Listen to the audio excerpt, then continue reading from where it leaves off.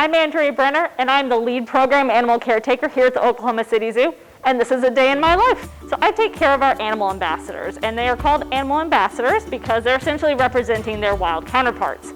And we do this by giving our guests a more up-close and personal interaction with them than they might experience out in the rest of the zoo. And what this does is it allows us to make a connection between our guests and the messages that we give in our programs. So we have over 30 different species, and we hit every single continent except Antarctica. So we have North American, South American, European, Asian, African, and Australian animals. One of my favorite things about working with the animal ambassadors is the variety. Again, we hit almost all of those animal groups. So we have invertebrates like our millipedes and centipedes. We have reptiles, so including snakes and lizards. We have amphibians. We have owls and falcons and everything up to a porcupine. So the variety is really cool, and it's definitely one of my favorite parts. I've loved animals for pretty much my entire life. For most of my life, I wanted to be a veterinarian. But in high school, I was lucky enough to do an internship program that allowed me to discover that that's just not where my passion lay.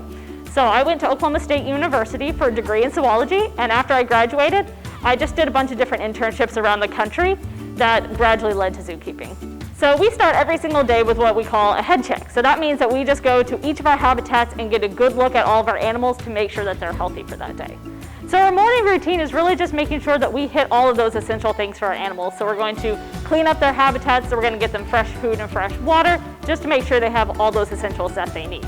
So we like to give enrichment to our animals every single day. It's something to kind of not only keep them mentally and physically active, but to bring out their natural behaviors as often as we can. We try to use our resources to make their habitat as naturalistic as we can, and to bring out their natural behaviors as much as possible. So if we have our birds who fly, for example, they have a lot of space that they can move around, and they have perches at all different levels that they can go to decide where they want to be.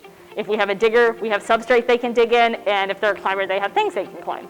We do try to vary it. We don't want to give them the same thing every day. So, one day it might be a mirror so they can see another of their species. It might be scent enrichment another day, or a change in their habitat or food. And it goes to all of our animals, even down to our smallest millipede. As often as possible, we try to get our animals outside, because just like you and me, the sun's really good for us. But when we take them outside, they get to see new things, hear new things, smell new things.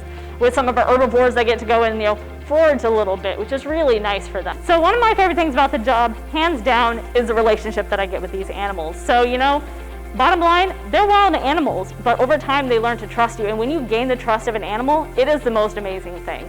So we have a wide variety of animals, and I can tell you they all have personality, even down to our really small invertebrates. Two of my favorites, one is our ball python Spalding.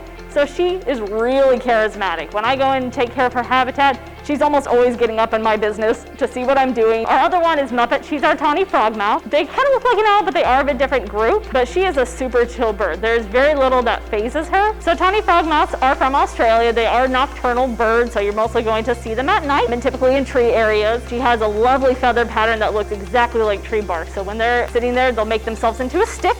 So they'll stand up straight, they'll pull their feathers in, and they're really hard to see. One of her favorite things to do is to take a bath. It is pretty typical of tawny frogmouths. They love mist baths. So as soon as you get going, they're telling you exactly where they want. They'll stretch a wing here or stretch a wing there to tell you exactly where they want that mist.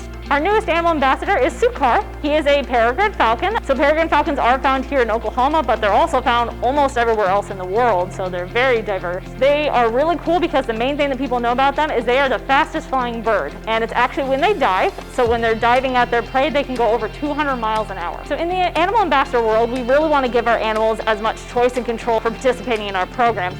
So a lot of our animals are in the process of being trained to voluntarily crate themselves or to voluntarily come out for a program. The end of the day kind of ends the same way that we start, so we'll do some additional cleaning, some additional feedings, and maybe some training at the end of the day. We have a couple species in our Animal Ambassador program who are endangered or threatened. So one are our chinchillas. They are a mammal from South America, and because of their amazing coat, they were heavily hunted for the fur trade in the 1900s, which has left them with only 2 populations left in the entire world. What's really neat about working with the animal ambassadors is by having them come and meet our guests in that up-close and personal setting, it really kind of bridges the gap between our guests and the messages that we're trying to get across to them. And so we have a wide range of programs here at the zoo. So everything from our preschools to Boy Scouts and Girl Scouts, we have family programs overnight. Whatever your age, we have something for you. So if you want to come out and meet them, just go onto our website and sign up for one of our very diverse education programs.